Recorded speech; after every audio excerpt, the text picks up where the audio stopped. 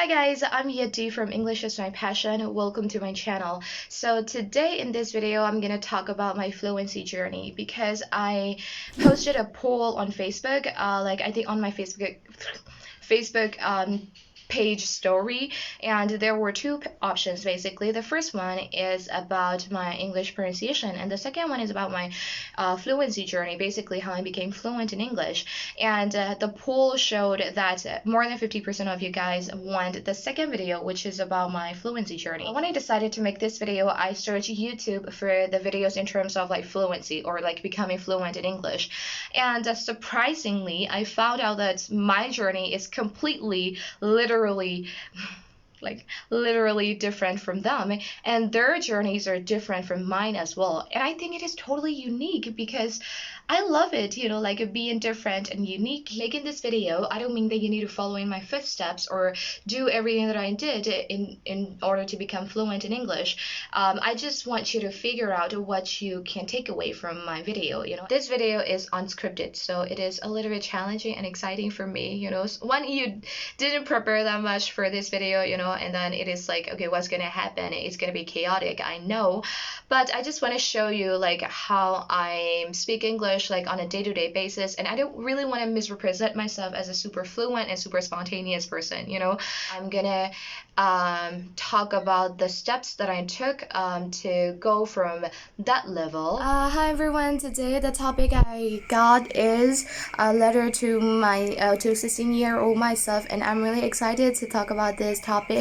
And when I see this topic, the first thing came into my mind is a girl who was vulnerable and who was bullied, and then who was childish enough, and who focused on only passing the exam with more so to this level. So let's dive in. So let's begin with my language background, because a lot of people are mistaken about my language background. They think that I went to an international school, or I've been to or like lived in an English speaking country. And let me be perfectly clear about that. Let me be perfectly frank with you. I have never ever been to any English speaking country, and not to mention living in the country. I didn't go to any international schools either. I wish I did. I didn't take any English speaking courses as well. So yeah, of course I took a course, but it is more about pronunciation and accent and building pronunciation confidence. But when it comes to speaking or listening or vocabulary, mostly the improvement of my English skills stems from persistence and self-studying. So yeah, I just want you to know. I think it is really important to think about what you really want to focus on or what you really need to improve, because when it comes to fluency, there are a lot of aspects actually that we need to take into consideration. Fluency is about English reading, speaking, writing, listening, vocabulary, pronunciation, grammar, what else?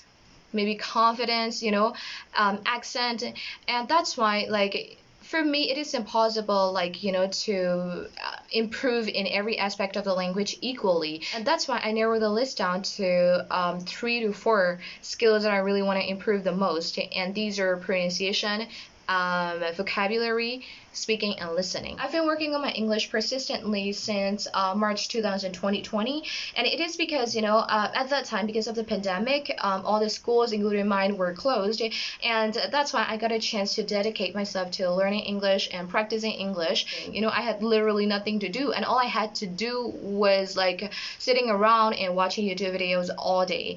And watching YouTube videos literally strengthens my listening skills. Personally, I love watching interviews, especially the interviews of Jennifer Lopez and Jennifer Aniston. In the beginning, I watched every interview of Jennifer Lopez, no matter how long they were. And there was a series, of I don't remember, but Oprah Winfrey 2020 Vision, I suppose. And I would watch every interview in the series because they are just inspiring and empowering. And that's why I watched interviews on YouTube nearly 12 hours a day. Yeah, it is pretty unbelievable, right? Because I don't really think that it is easy and that simple for a person like to watch YouTube videos or to practice like English 12 hours a day. I can say that I was privileged to practice English and to expose myself to this language every single day, because at that time a lot of people were struggling with like the pandemic and also the responsibilities, but I didn't have any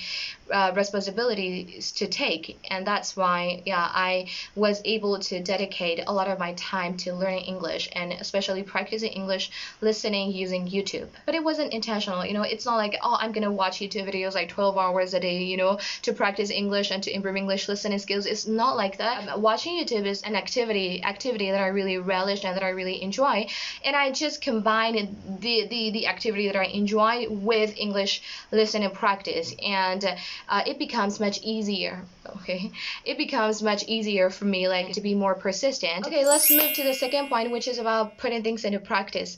So I still remember that the very first technique that I put into practice was just a minute, just a minute. And I found this method on a YouTube channel, which is Learn English Lab. I put it into practice and it turned out to be the best technique and the technique that serves me the most in my language journey, and that's why I've talked about it several times like on my YouTube channel as well. The second video that I put into practice was related to English thinking, thinking in English. So I watched a video about thinking in English like on YouTube channel like Rachel's English, and of course it is also beneficial as well. People tend to watch like videos about learning English, especially how to improve English listening skills or reading skills or writing skills, or how to become fluent in English, how to kind of learn grammar rules more effectively, etc. They might watch everything, but the thing is that they don't put them into practice. Of course you need to watch YouTube videos to know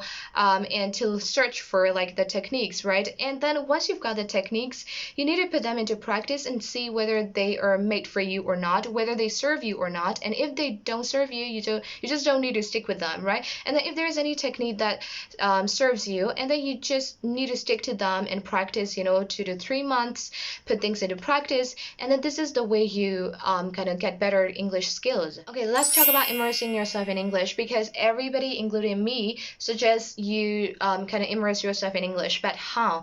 Okay, so for me, what I personally did was speaking to myself all the time. Actually, I still do it until now. So should I use present tense?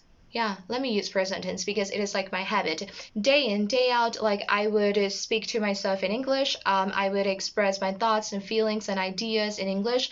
And even if there is something that I have, like, breakfast or lunch or dinner, I would describe like their tastes and their smells and whether I love them or not, or whether I'm gonna recommend them to you or not. Like, I act like a food blogger. Yeah, and that's the way I practice, like, how can I say, I immerse myself in English. And that's the way I expose myself to English as much as possible. Since I always speak to myself in English, I become more comfortable, when I speak English. And I don't feel like it is something that is, I don't feel like English is my second language anymore. I feel like it's my first language, it's my native language. At that time, I didn't have any speaking partners, or I didn't join any speaking clubs. And that's why I am the one and only person whom I can communicate with in English, right? And I think that like kind of expressing your thoughts and feelings in English is like literally cool, because like nobody, like kind of people can barely understand you, right? If you say your feelings out loud, especially in your native language, it would sound weird and awkward, right?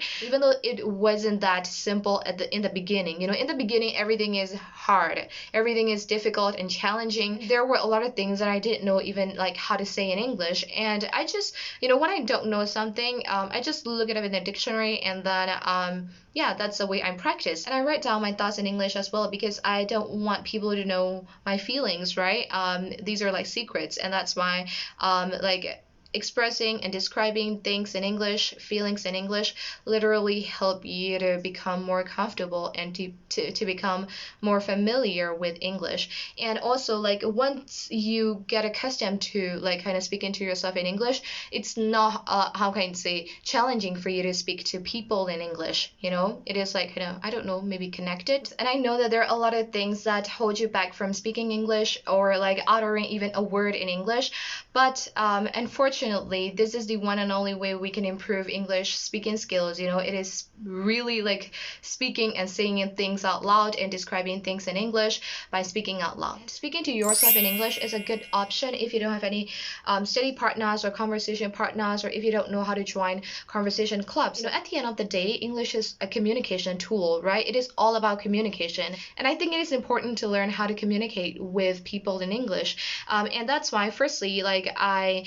create like virtual English environment. Whenever I made video calls to my friends, my best friends, like we and Ajot, we would always interact with each other. What do we would always interact with each other in English. It's not like practicing, but just speaking, talking about random things in English, and we would play games like 5-second rules, or like would you rather in English. And I think I wasn't that nervous and uncomfortable to communicate with them in English because they're my close friends, right? Then I joined conversation clubs, both local and international. So when it comes to local clubs, I think if you don't have any experience of joining conversation clubs, I think local conversation clubs are suitable for you. And of course, I joined some clubs, and then I learned like how to contribute to discussions, how to communicate it.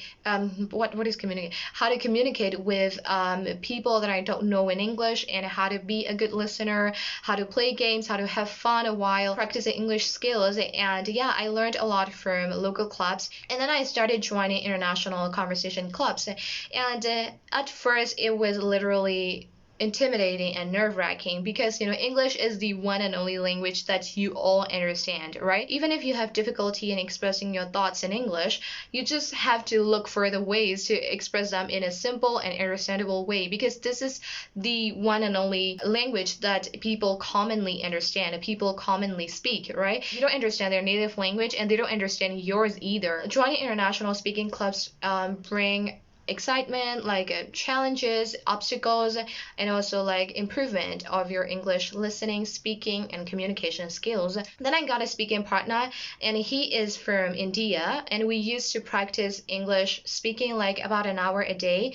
And yeah, that's the way I create like kind of virtual English speaking environment or virtual English learning environment, because again, I live in a country where English is not spoken, so make a point to communicate with people exclusively in English. Even if it is uncomfortable, it is challenging and nerve-wracking in the beginning, later you'll get used to it, and once you get accustomed to it, again, it becomes as easy as ABC. I figured that I could develop all of English skills on my own, like without anybody's help, and just by self-studying.